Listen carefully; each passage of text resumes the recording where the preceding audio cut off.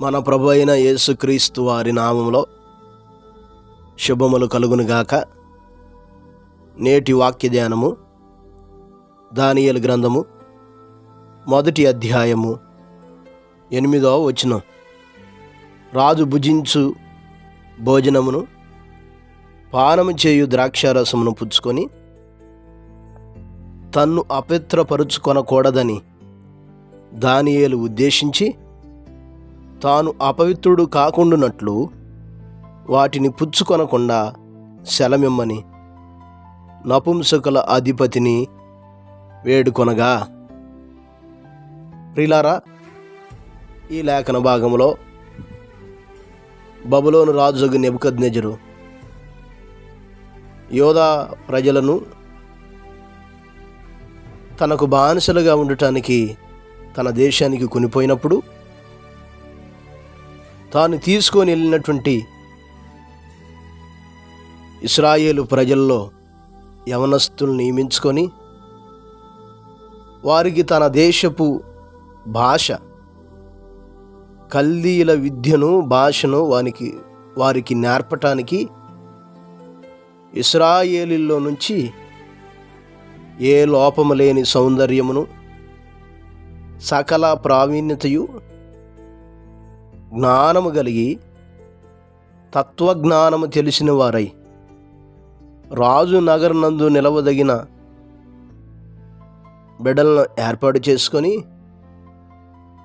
వారికి ఒక ప్రత్యేకమైనటువంటి ప్రదేశాన్ని నియమించి రాజు తినేటటువంటి భోజనమును, రాజు తాగేటటువంటి ద్రాక్షారసమును వారికి నియమించి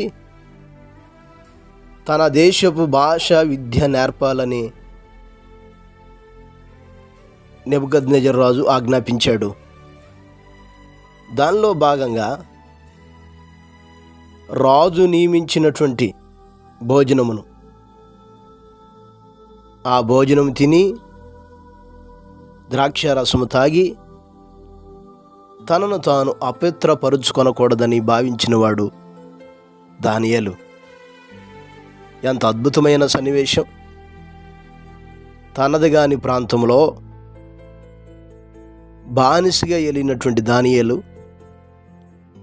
దేవుని పట్ల తనకున్న నిబద్ధత, దేవునితో తనకు కలిగి ఉన్నటువంటి సంబంధం, దేవుని మీద తనకున్నటువంటి అచంచలమైన విశ్వాసం, ఒక మంచి క్రమమైన భక్తి జీవితం మనకి వెల్లడపరచబడుతుంది. దేవునికి తనకు మధ్య ఉన్న సంబంధాన్ని తెంచివేసే ఆహార పదార్థాలను, ద్రాక్షారసాన్ని విడిచిపెట్టేస్తున్నాడు. దేవునికి తనకి ఉన్నటువంటి ఆ సంబంధాన్ని పెంపొందించుకొనటానికే దానియేలు సిద్ధపడుతున్నాడు. ఈ మాటలు వింటున్న ప్రియమైన దేవుని బిడ్డలారా, తినే ఆహార పదార్థాల ద్వారా తనను తాను అపవిత్రపరుచుకొనకూడదో, దేవునికి దూరం అయిపోకూడదో అని భావించినటువంటి దానియేలు వలె ఈరోజు మరి మనం ఉన్నామా? మన ఆత్మీయ జీవితాలను ఒకసారి మనం పరిశీలించుకొనవలసినటువంటి వారమై ఉన్నాం. దానియేలుని పిలిచిన దేవుడే నిన్ను, నన్ను, మనందరిని పిలుచుకొని ఏర్పాటు చేసుకున్నాడు. మనం ఎందుకు పిలువబడ్డాం తెలుసా? ఎందుకు మనం ఏర్పరచబడ్డాం తెలుసా? ఆయన పరిశుద్ధతను మన జీవితాల ద్వారా లోకానికి చూపిస్తూ దేవుని నామాన్ని మనం ఘనపరచవలసినటువంటి వారమై ఉన్నాం.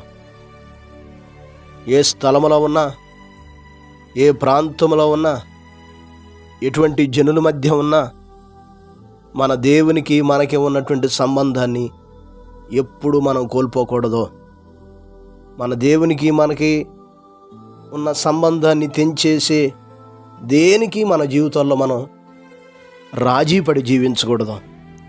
అందుకని వాక్యంలో కూడా 1 తెస్సలోనికీయులకు రాసిన పత్రిక 4వ అధ్యాయం దాదాపు 4 నుంచి 7 వచనాలకు ఉన్న వాక్య భాగాన్ని మనం చదవగలిగితే ప్రతివాడు దేవుని ఎరుగని అన్యజనుల వలె కామాభిలాషి యందు కాక పరిశుద్ధత యందును ఘనత యందును తన ఘటమును ఎట్లు కాపాడుకొనవలెనో అది ఎరిగి ఉండుటయే దేవుని చిత్తము అని తెలియజేస్తున్నాడు.